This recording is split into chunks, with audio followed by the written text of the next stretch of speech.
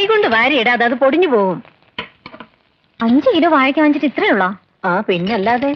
എന്നാലും കിലോയ്ക്ക് 8 രൂപ എന്ന് പറഞ്ഞാ കഷ്ടം തന്നെ. അമ്മയ്ക്ക് തോന്നുന്നതാ, ഈ വിലയ്ക്ക് മനുഷ്യരവിടെ ഇടിയാ. അത് മൂടി വെക്കാൻ. ദേ അച്ഛൻ, എവിടെ അവൻ? ഓ എന്തേ? 2 ട്രെയിൻ വന്നു, 2ലും ഇല്ല.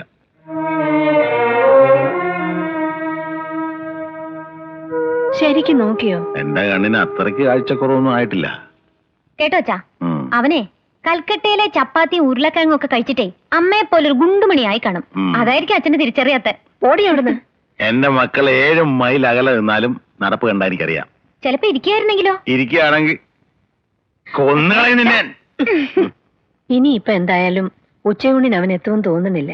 നിങ്ങൾ കഴിക്കേ. ഇനിയിപ്പൊ അവനോട് വരട്ടെ, അല്ല അവന് വിഷമാകും. കൃത്യം 12 മണിക്ക് തന്നെ ഊണ് കഴിച്ചോണ്ടൊന്നും നിയമമൊന്നും ഇല്ലല്ലോ. 3 മണിക്ക് ഒരു പരശുരാം എക്സ്പ്രസ് വരാനുണ്ട്, അവിടെ നോക്കാം. ആരായി ഉണ്ണിയപ്പുണ്ടാക്കിയ? ഞാനാ. എങ്ങനെയുണ്ട്? തീരെ നന്നായിട്ടുണ്ട്. നിന്നെ പോലെ തന്നെ ഇരിക്കുന്നു. ഓടി ഉണ്ണിയപ്പി. നീ ആ മുതലാളിയുടെ വീട്ടിലേക്കൊന്ന് ഫോൺ ചെയ്ത് നോക്ക്. അവൻ അവിടെ വല്ലതും വിളിച്ചു പറഞ്ഞിട്ടുണ്ടെങ്കിലോ? എന്നെ കൊണ്ട് മേലമ്മേ, അയാൾ എന്തെങ്കിലും വഴക്ക് പറയും. ഏയ്, വീട്ടിൽ നിന്നാണെന്ന് പറഞ്ഞാ മതി. ദേ പൊന്നിട്ടിച്ചാന്റെ കടയിലെ 2 രൂപയാ ലോക്കൽ കോള് വിളിക്കാൻ. ഓ, നിന്റെ സമ്പാദ്യത്തിൽ നിന്ന് 2 രൂപ അങ്ങോട്ട് ഇടടി, പിന്നെ തരാം. നോക്കട്ടെ.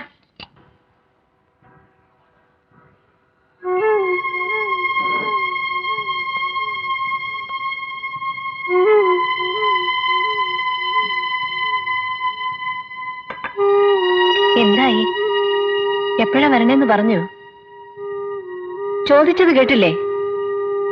അവൻ എപ്പോഴേ വന്നു കഴിഞ്ഞമ്മേ. വന്നു? ആ, പ്ലെയിനിലാ വന്നെന്ന്.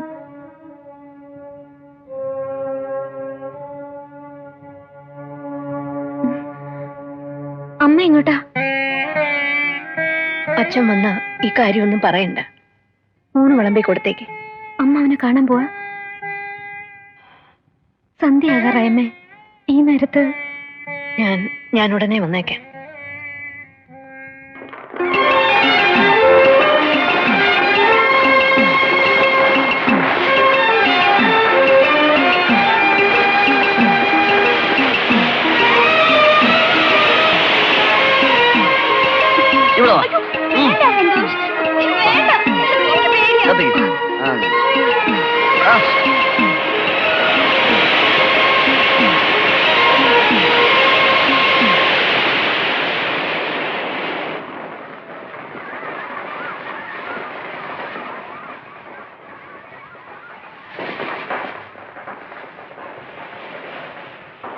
അമ്മ എന്താ ഇവിടെ? പ്രതീക്ഷിച്ചില്ല അല്ലേ? ദീപയുടെ സ്വന്തക്കാരും ബന്ധുക്കളൊക്കെ ഇവിടെ ഉണ്ട്. എന്തിനാ ഈ വേഷത്തില് കാക്കാലത്തെ പോലെ? വെളുപ്പാങ്കാലം മുതല് പൊന്നാരമോൻ വരുന്നത് നോക്കി റെയിൽവേ സ്റ്റേഷനിൽ കാത്തുകിടക്കുക അച്ഛൻ. ഞാൻ പ്ലെയിനിലാ വന്നത്. ഓ, പറന്നാണ് വരുന്നതെന്ന് അറിഞ്ഞില്ല. ദീപയുടെ അച്ഛന്റെ സ്റ്റാറ്റസ് അനുസരിച്ച് എനിക്ക് പെരുമാറാതിരിക്കാൻ ഒക്കുവോ? അച്ഛനെ പോലെ ഞാനും ഉത്തരവാദിത്തം തെണ്ടി അടക്കണമെന്നാണോ? വിസ്തരിക്കണ്ട, എനിക്കെല്ലാം മനസ്സിലായി.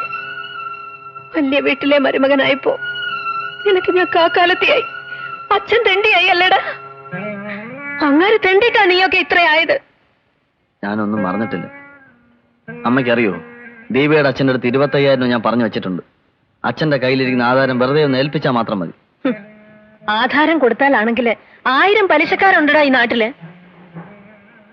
നന്ദി കെട്ടവനെ, ഞാൻ മരിച്ച എന്റെ ശവം കാണാൻ പോലും നീ വരരുത്. ഒന്ന് നിക്കണേ. നിങ്ങളെ ഇവിടെ പ്രതീക്ഷിച്ചില്ല. തന്ത വരുമെന്നാ കരുതിയത്. എന്റെ മോളെ എന്റെ കയ്യിൽ നിന്ന് തട്ടിയെടുത്ത ആളാ. അതിന്റെ വിഷമം അയാളൊന്ന് അറിയട്ടെ. ഇല്ലെങ്കിൽ KRCയുടെ മനസ്സിന് ഒരു സ്വസ്ഥത ഉണ്ടാവില്ല. എന്ത് ചെയ്യാനാ? അങ്ങനെ അങ്ങ് ആയിപ്പോയി. പകരത്തിന് പകരമായി ചെന്ന് അയാളോട് പറഞ്ഞേരെ.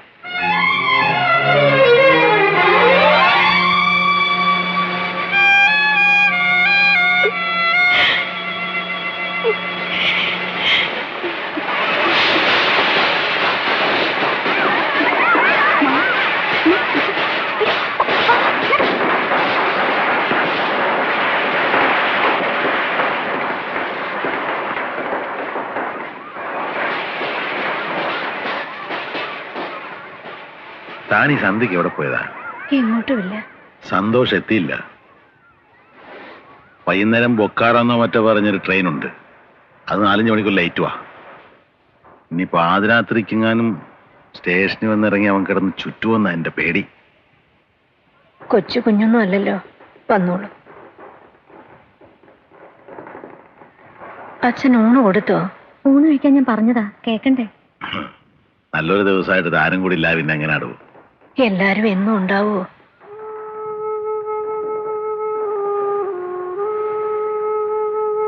തനിക്കെന്താ ഒരു വല്ലായ്മ പോലെ? ഒന്നുമില്ല മോളെ, ചോറെടുത്ത് വയ്ക്കേ. കാത്തിരുന്ന് വിശപ്പ് കിട്ടും. എനിക്ക് ഇത്തിരി കഞ്ഞിവെള്ളം മതി.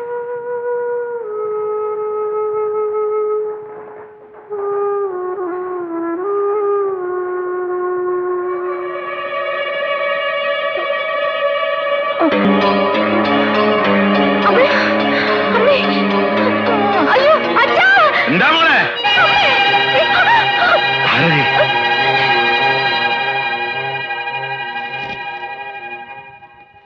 ഇപ്പോ തലചുറ്റിൽ തോന്നുന്നുണ്ടോ? ഇപ്പൊ അസുഖമൊന്നും തോന്നണില്ല. ഞാൻ വീട്ടിൽ പൊയ്ക്കോട്ടെ? കൊണ്ടുപോണോ? പോകാമെങ്കിൽ പോണേന് വിരോധമില്ല, പക്ഷെ വീട്ടിൽ പോയാലും റെസ്റ്റ് എടുക്കണം. ആ ബോഡി വളരെ വീക്കാ. പ്രഷറിന് വേരിയേഷൻ ഉണ്ട്, സൂക്ഷിക്കണം. ആ ഓവർ ടെൻഷനോ എക്സൈറ്റഡോ ഒന്നും ആകാൻ പാടില്ല. മരുന്ന് കുറിച്ച് തരാം, അത് മുടങ്ങാൻ കൊടുക്കണം. കൊടുക്കാം.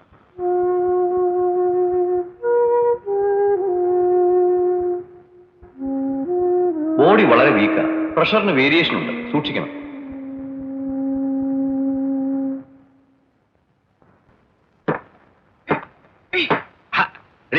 ആനയുടെ പിരിവ് പോകുന്നു. ഞാനതിന് തിരികെ ശരിയാക്കുമായിരുന്നു. നീ ആരാ, കൊല്ലന്റെ മോളോ? അച്ഛൻ കൊല്ലനാ. ഞാനങ്ങനെ പറയില്ലാന്ന് പറയായിരുന്നു. ഇങ്ങനെ തല്ലി കൊട്ടിയാവുന്നു, അത് ശരിയാവാൻ പോണില്ല. പുതിയ 2 സ്ക്രൂ വാങ്ങിക്കച്ചാ. ഇത് തന്നെ ശരിയാക്കാൻ പറ്റുമോന്ന് ഞാനൊന്ന് നോക്കട്ടെ. മാധവേട്ടാ, ആ എന്താ ശരി? വീടിന്റെ ബാക്കി പണി തീർക്കണ്ടേ? പിന്നെ തീർക്കണ്ടേ? ആ ഇനി ഇപ്പൊ എന്നാ? വയ്യ പണിക്കാരെ കിട്ടാൻ വലിയ പാടാ. മഴക്കാലമാ വരാൻ പോണത്. അതിനു മുമ്പേ മേക്കൂര കയറ്റിയില്ലെങ്കിൽ ഇതുവരെ ചെയ്ത പണി മുഴുവൻ പാഴാകും. എന്നെ കണ്ടില്ലെങ്കിൽ വീട്ടിൽ പറഞ്ഞ് ഏൽപ്പിച്ചാ മതി. എന്തായാലും ഇനി അധികം വയ്യരുത്. അപ്പോ ഞാൻ പോട്ടെ.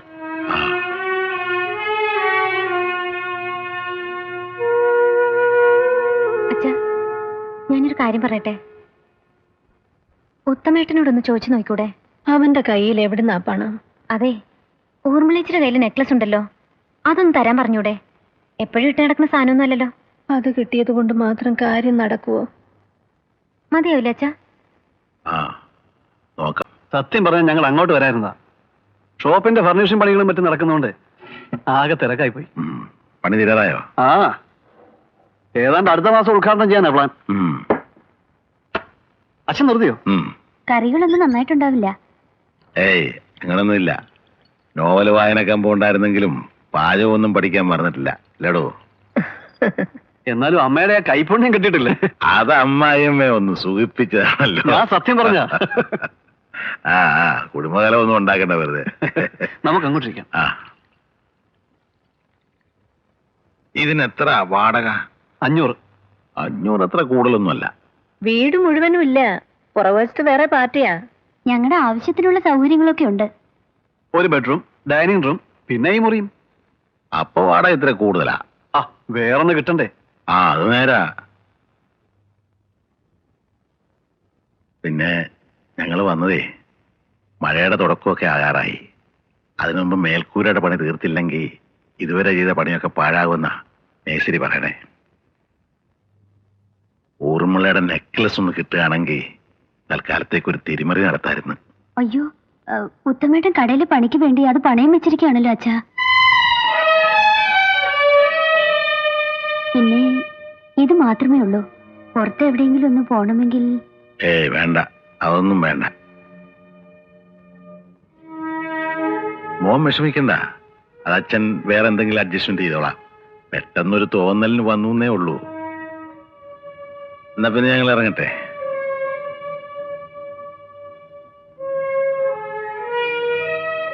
വിഷമിക്കുന്നേ സാരമില്ല. പിന്നെ ഉദ്ഘാടനം അറിയിക്കില്ലേ? അച്ഛൻ എന്താ അങ്ങനെ ചോദിച്ചത്? നിങ്ങൾ രണ്ടാളും കൂടെ വേണം ഉദ്ഘാടനം ചെയ്യാൻ.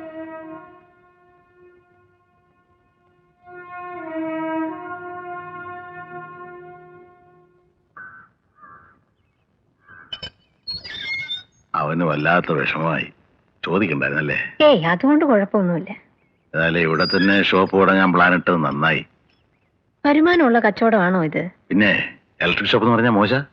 അയ്യോ, ഞാൻ സഞ്ചി എടുക്കാൻ മറന്നു. ആഹാ. എന്തായാലും താൻ കള്ളം പറഞ്ഞ ശരിയായില്ല. ഒന്നുമില്ലല്ലോ, അച്ഛനും അമ്മയല്ലേ. തള്ളയും പിള്ളയും ഒന്നാണെങ്കിലും വായും വയറും വേറെയാ. ജോലി പോയെന്നറിഞ്ഞപ്പോ അച്ഛൻ പറഞ്ഞത് ഓർമ്മയുണ്ടല്ലോ, ഓസിന് ശാപ്പാടടിച്ച് ദഹിക്കുമോന്ന്. അതൊന്നും ഞാൻ മറന്നിട്ടില്ല. അതൊക്കെ അപ്പോഴത്തെ വിഷമം കൊണ്ട് പറഞ്ഞല്ലേ. മകളുടെ ഭർത്താവിന്റെ ജോലി പോയെന്ന് പറഞ്ഞാൽ ഏത് അച്ഛനായാലും പറഞ്ഞു പോകും എന്ന് കരുതി ഒരു അത്യാവശ്യം വരുമ്പോ എന്റെ സ്വർണ്ണമൊന്നും അങ്ങനെ കൈവിട്ട് കളിക്കാൻ ഞാൻ സമ്മതിക്കില്ല.